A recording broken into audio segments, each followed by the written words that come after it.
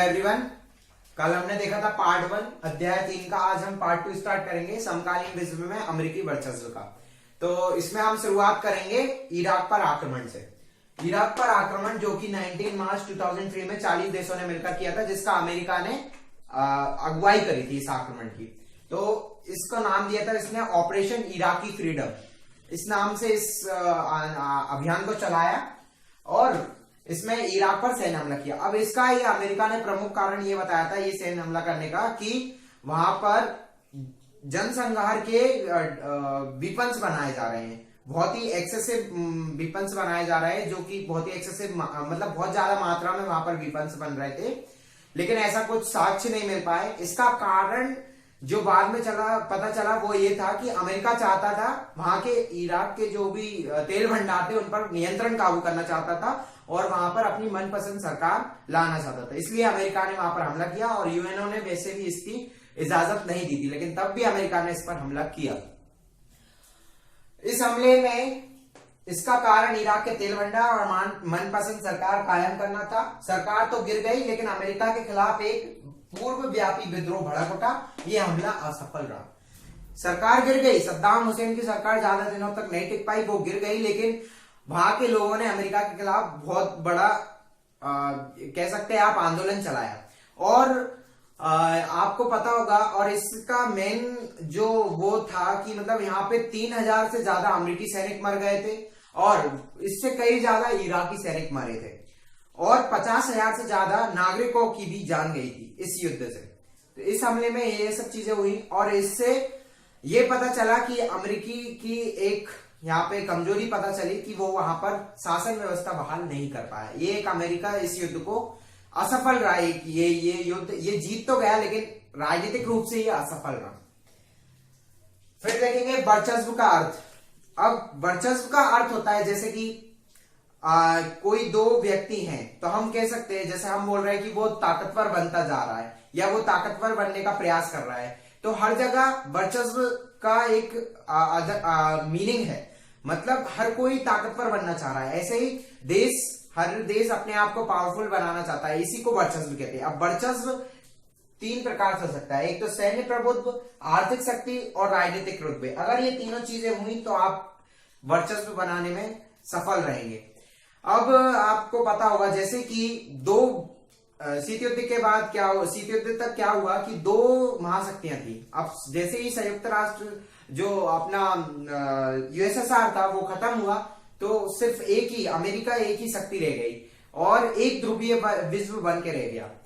एक ध्रुवीय विश्व बनने से क्या हुआ, सिर्फ एक ही ताकत रही और इस ताकत की वजह से सिर्फ एक ही अमेरिकी देश का वर्चस्व रहा और इसी को कहते हैं हेगेमनी। हेगेमनी का मतलब है वर्चस्व। तो हम देखेंगे कि वर्चस्व सैन्य शक्ति के अर्थ में, कि वर्चस्व सैन्य शक्ति से किस प्रकार प्राप्त हो सकता है। तो हेगेमनी जो कि प्राचीन यूनान शब्द है, हेगेमनी पहले यूज होता था जब प्राचीन यूनान में कुछ जो सिटीज थी वो एथेंस के मुकाबले बहुत कमजोर थी, तो राज्य स्तरीय पर ये शब्द यूज होता था। लेकिन अब ये देख सकते हैं आप कि पूरे विश्व में यूज हो रहा है कि अमेरिका पूरे सारे देशों से जो पावरफुल है, इसलिए उसका पूरे विश्व पर वर्चस्व है। तो आज की तारीख में अमेरिका इतनी पावरफुल कंट्री है कि वो कहीं भी अचूक निशाना बना सकता है किसी भी कंट्रीज को, कितनी भी दूर। उसकी प्रौद्योगिक क्षमता, उसकी साइंस के फील्ड में, हर एक फील्ड में उसकी क्षमता बहुत ज्यादा है और वो सभी देशों से बहुत ज्यादा पावरफुल है, इसीलिए उसको हम कहेंगे कि उसका पूरे विश्व में वर्चस्व है।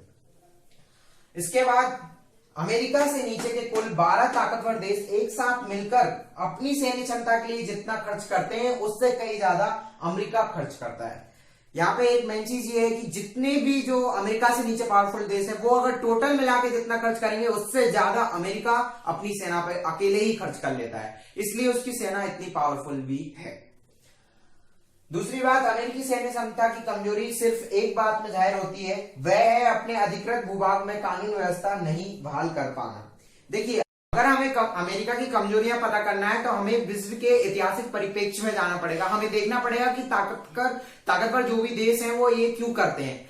तो इनके 4 कारण होते हैं मेन। एक तो जीतने के लिए, दूसरा अवरोध करने के लिए, तीसरा दंड देने के लिए, चौथा कानून व्यवस्था बहाल करने के लिए। अमेरिका ऑफकोर्स जीतने में सक्षम था, हर एक युद्ध को वो जीत पा रहा था, तो एक तो उसने टिक कर दिया।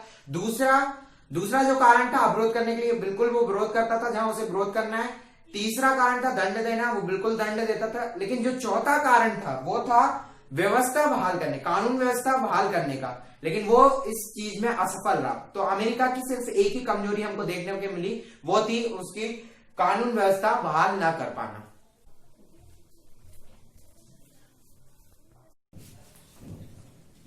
अब हम देखते हैं वर्चस्व ढांचागत ताकत के अर्थ में। वर्चस्व ढांचागत ताकत के अर्थ में होता है जो सार्वजनिक वस्तुओं का जिसमें विकास करे। कोई भी कंट्री अगर सार्वजनिक वस्तुओं में विकास करे तो उसका वर्चस्व ढांचागत ताकत के रूप में देखा जाएगा। तो इस वैश्विक अर्थव्यवस्था के संदर्भ में सार्वजनिक वस्तु क्या है? सार्वजनिक वस्तु है समुद्री व्यापार मार्ग, सी लैंड ऑफ कम्युनिकेशंस। दूसरा है इंटरनेट, तीसरा है अर्थव्यवस्था। तो देखेंगे समुद्री व्यापार मार्ग में दबदबे वाले देश क्या करते हैं, अपनी नौसेना की मदद से इन मार्गों पर नियम बना देते हैं। दूसरे विश्व युद्ध के बाद ब्रिटिश सेना का जोर घट गया और अमेरिकी सेना का बढ़ता गया। दूसरे विश्व युद्ध से पहले ब्रिटिश सेना का इन पे कब्जा था, जो भी मार्ग उसने बनाए थे उन सब पे नियम ब्रिटिश सेना के लागू थे। लेकिन दूसरे विश्व युद्ध के बाद अमेरिका का इन पे वर्चस्व बढ़ता गया। दूसरी चीज देखते हैं इंटरनेट। इंटरनेट क्या है? इसके जरिए वर्ल्ड वाइड वेब, जगत जोड़ता जाल का आभासी संसार साकार हो गया।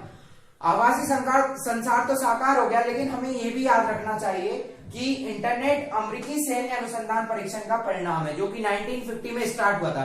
अमेरिका ने अपनी सेना के लिए ये इंटरनेट नाम की चीज स्टार्ट करी थी। और ये क्या है? इंटरनेट एक उपग्रह के एक वैश्विक तंत्र के ऊपर निर्भर करता है और ज्यादातर उपग्रह अमेरिका के हैं जिनसे इंटरनेट चल रहा है। तो हमें यह भी ध्यान रखना चाहिए कि जो इंटरनेट हम यूज कर रहे हैं उस पर भी अमेरिका का वर्चस्व है। तीसरी बात अर्थव्यवस्था से देखी जाएगी। अर्थव्यवस्था, विश्व की अर्थव्यवस्था में अमेरिका की 21% की हिस्सेदारी है, और अगर यूरोपीय संघ की अर्थव्यवस्था भी जोड़ दे तो फिर 14% की हिस्सेदारी रह जाती है। लेकिन 21% एक ही देश की अर्थव्यवस्था की हिस्सेदारी होना बहुत बड़ी बात है। तो यहां देख सकते हैं कि इसमें भी अर्थव्यवस्था में भी बहुत बड़ा वर्चस्व, बहुत ज्यादा वर्चस्व है अमेरिका का। हर क्षेत्र में अमेरिकी कंपनियां 3 कंपनियों में रहती हैं। मतलब कोई भी क्षेत्र हो अर्थव्यवस्था के मामले में, हर क्षेत्र में अमेरिका की जो 3 टॉप की कंपनियां रहती है उनमें से एक ना एक अमेरिका की जरूर रहती है। फिर देखते हैं अमेरिका की आर्थिक प्रबलता उसकी ढांचागत ताकत यानी वैश्विक अर्थव्यवस्था को एक खास शक्ल में ढालने से जुड़ी है। चौथा, दूसरे विश्व युद्ध के बाद अमेरिका की ब्रेटन वुड प्रणाली कायम हुई। दूसरे विश्व युद्ध के बाद अमेरिका ने ब्रेटन वुड प्रणाली कायम करी, जो कि आज तक पूरे विश्व में लागू है। तो इससे यह कहा जा सकता है कि हम विश्व बैंक, अंतरराष्ट्रीय मुद्रा और विश्व व्यापार संगठन को अमेरिकी वर्चस्व का परिणाम मान सकते हैं। तो जैसे कि मैं पिछली वीडियो में भी बता चुका हूं, अगर आप इस जो भी वीडियो बना रहा हूं अगर इसको ध्यान से सुनेंगे और फिर इसके बाद अगर एनसीईआरटी का जो भी करस्पॉन्डिंग चैप्टर अगर उसको रीड भी करेंगे तो आपको सब समझ में आ जाएगा। आप इन पॉइंट्स को उससे रिलेट कर सकते हैं। तो आप इससे किसी भी क्वेश्चन का आंसर देने में हिचकिचाएंगे नहीं, आपको सब समझ में आ जाएगा। और अगर आपको जैसे कि अभी स्कूल नहीं लग रहा है तो एनसीईआरटी के किसी भी क्वेश्चन का आंसर नहीं मिल रहा है तो मैंने डिस्क्रिप्शन में लिंक डाल दी है, बुक का भी लिंक डाला है और आंसर्स उसके सॉल्यूशंस का भी लिंक डाला है। तो प्लीज चेक आउट देयर और आपको सब कुछ मिल जाएगा। Thank you guys for watching my video. और अगेन अगर आपको ये वीडियो पसंद आया है तो लाइक, शेयर एंड सब्सक्राइब करना मत भूलिएगा। Thank you.